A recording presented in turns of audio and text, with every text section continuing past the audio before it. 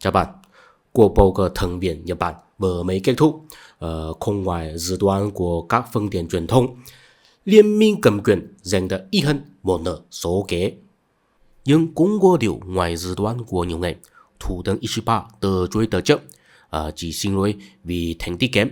Mấy ngày sau, trong khi người ta phê bình ông thiếu sĩ diện, thiếu trách nhiệm, Tổng thống Trump tuyên bố đã đạt thỏa thuận với Nhật Bản, cũng nói đó là thỏa thuận lớn nhất trong lịch sử Nhật. Thảo nào Ishiba có thái độ nhằng nhã đến thế, hóa ra ông đã biết trước sẽ có viện trợ từ nước ngoài. Nhưng mà nếu Tổng thống Trump không giúp đỡ một chút, cũng khó nói Thủ tướng Ishiba không giữ được vị trí. Vì có mấy lý do như sau.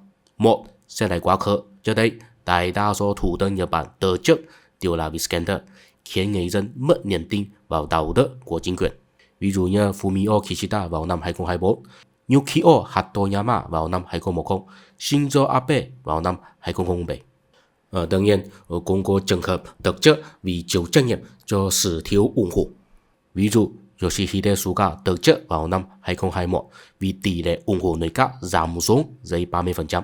Và Taro Aso từ chức vào năm 2009 vì chịu trách nhiệm cho thất bại bầu cử. Tuy nhiên, hai trường hợp trên không thể so sánh với tình huống hiện tại của Thủ tướng Ishiba. Đầu tiên, Yoshihide Suga không xuất thân từ thế gia chính trị, cũng không có phe phái riêng trong đảng. Vào năm 2020, Shinzo Abe vì bệnh viêm luyện đại tràng tái phát nên từ chức. Lúc đó, Yoshihide là cánh tay phải của Shinzo Abe.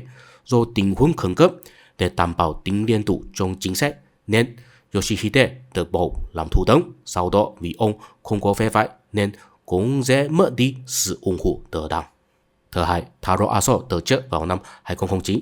Thất bại bầu cử lúc đó nghiêm trọng hơn hẳn lần này, vì Đảng Dân Chủ tự do LDP không chỉ không giành được ghế đa số, mà thậm chí để đối thủ là Đảng Dân Chủ trở thành đảng cầm quyền, kết thúc lịch sử cầm quyền kéo dài hơn 50 năm, một thất bại chưa từng có trong lịch sử.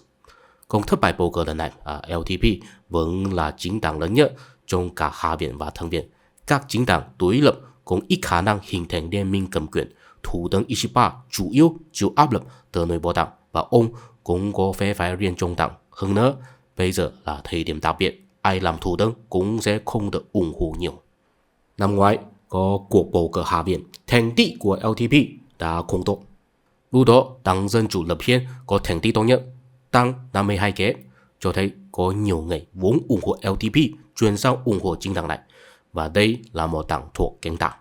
Cùng trong cuộc bầu cử thượng viện năm nay, có hai chính đảng có thành tích tốt nhất, Đảng Quốc dân Dân Chủ tăng 12 ghế và Senseto tăng 14 ghế, cả hai đều thuộc cánh hữu. Thế tại sao năm ngoái cử tri Nhật Bản chuyển sang ủng hộ cánh tả, năm nay lại chuyển sang cánh hữu? Hình như không có tư tưởng nhất quán. Mình thấy rõ ràng là cử tri Nhật Bản chỉ đơn thuần bất mãn với chính quyền, muốn bầu cho chính đảng khác để trừng phạt đảng cầm quyền mà thôi. Vì vậy, dù LDP có để ai làm thủ tướng, thành tích cũng sẽ không tốt. Năm ngoái mình cũng đã đăng video bàn luận về việc Ishiba chống cử làm thủ tướng. Lúc đó, mình đã nêu rằng từ khi Nhật Bản hiện đại hóa trải qua chiến bại và cho đến bây giờ, điều kiện để tạo nên một chính quyền ổn định là phải biểu hiện chính trị siêu việt, nghĩa là không phân biệt cánh hữu hay cánh tả, mà phải đại diện cho toàn quốc, toàn dân. Và để thể hiện điều đó, chính quyền phải đưa ra một viễn cảnh tương lai rõ ràng để toàn dân cùng phấn đấu. Trải qua gần một năm, tình hình thế giới đã thay đổi, nhận thức của mình về kết cấu lịch sử cũng sâu sắc hơn. Tiếp theo, xin để mình bàn luận lại một lần nữa.